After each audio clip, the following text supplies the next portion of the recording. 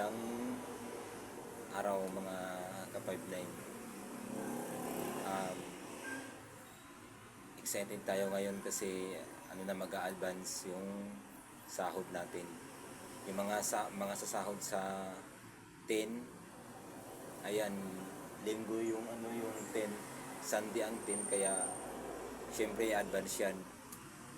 8 ngayon, so Biyernes ngayon magsasahod kasi Saturday at saka Sunday walang office sa amin, sa company namin, sa agency. Kaya magsasahod talaga yan ng 8. Sana nga magsasahod mamaya. Kaya waiting kami ng ilang hours na lang, ilang oras yung inaantay namin na sana magsahod kami, papasok sa ATM namin yung sahod namin. Kasi wala na kaming budget. At saka lahat naman tayo, di ba?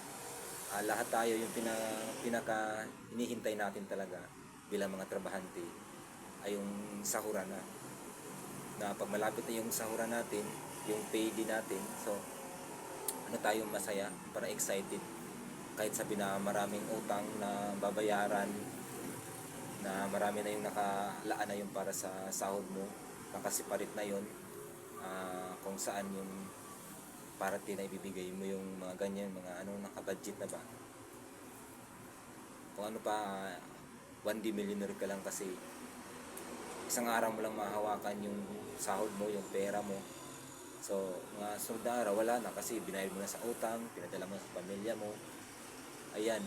Pero habang wala pa yan, nag-aantay pa tayo sa sahod, so parang tayo, masaya, excited na kung magkano yung masahod natin, ganyan. Pero naman, syempre masaya pa rin kahit sabi na isang araw lang yung mahawakan natin yung mga sahod natin, kasi at least nakatulong naman tayo sa pamilya natin, sa sarili natin. Ayan. Ang importante, may trabaho, may kita tayo, may kinikita tayo araw-araw. May pang-suporta tayo sa sarili natin at saka sa pamilya natin. Kahit pa sabi na yung mga utang tayo, lahat naman talaga tayo mayroong mga utang na babayaran. Kasi sabi nga nila, kapag ikaw ay walang utang, tamad kang tao. Siyempre, pag wala kang utang, parang hindi ka porsigido magtrabaho. Kasi wala kang utang eh. Kaya kung may utang ka, talagang porsigido ka magtrabaho. Kahit sabi na parang tinatamad ka pumasok, or medyo masama yung pakiramdam mo, or bumabagyo man yan, so kailangan mo talagang pumasok. Kasi siyempre, iniisip mo yung bayarin, marami kang bayarin, o kaya bayarin sa tubig, sa ilaw, or sa bahay kung nangungupahan man, at saka sa mga utang, tapos sa panggastos pa sa pamilya.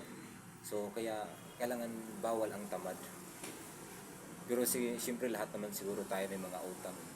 May mga utang tayo, bawat isa sa atin. Kaya ayos lang yan. Huwag kayong mahiyak may mga utang kayo. Basta babayaran natin yung mga utang natin, di ba? Kaya kahit mahirap, siyempre kayanin natin. Kasi masaya naman tayo talagang magtatrabaho pag yung pera natin ay may pinaglaanan sa pamilya natin, mga ganyan. Kaya bawal ang tamad. Pwede kang umutang ng umutang. Basta babayaran mo lang din. Kasi sa totoo lang, mas maganda nga talaga pag may utang kayo, kasi parang hindi ka tinatamad. Yung parang mawala sa isip mo yung tamarin ka na pumasok.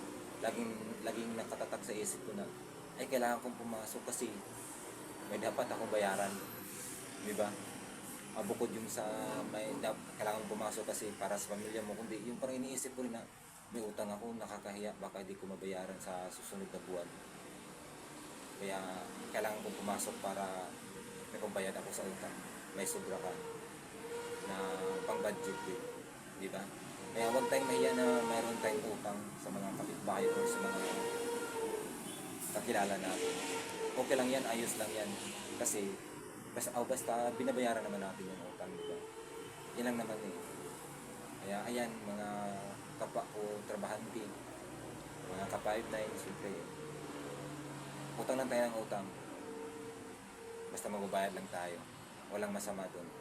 Basta mabuting pag-iusapan lang natin yung mga nautangan natin, lalo na pag yung siyempre may time naman talaga na makapos ka sa budget. So Ayan, pwede na mapag-usapan naman yan yung mga inuutangan natin. Imposible na hindi nila maintindihan. Lalo na marami kang pinagagastusan. So talagang maintindihan naman nila. Basta mag-iusap tayo ng maayos sa mga inuutangan natin. Di ba? Kaya ayan. Kaya maya-maya, ano na, alas 12. So baka mamaya magsahod na kami. Magbayad sa utang. And mga 5-9, good luck mga kapwa ko. Trabahante, mga ka-5-9. Kung sino yung mga nag-a-advance sa mga sahod pag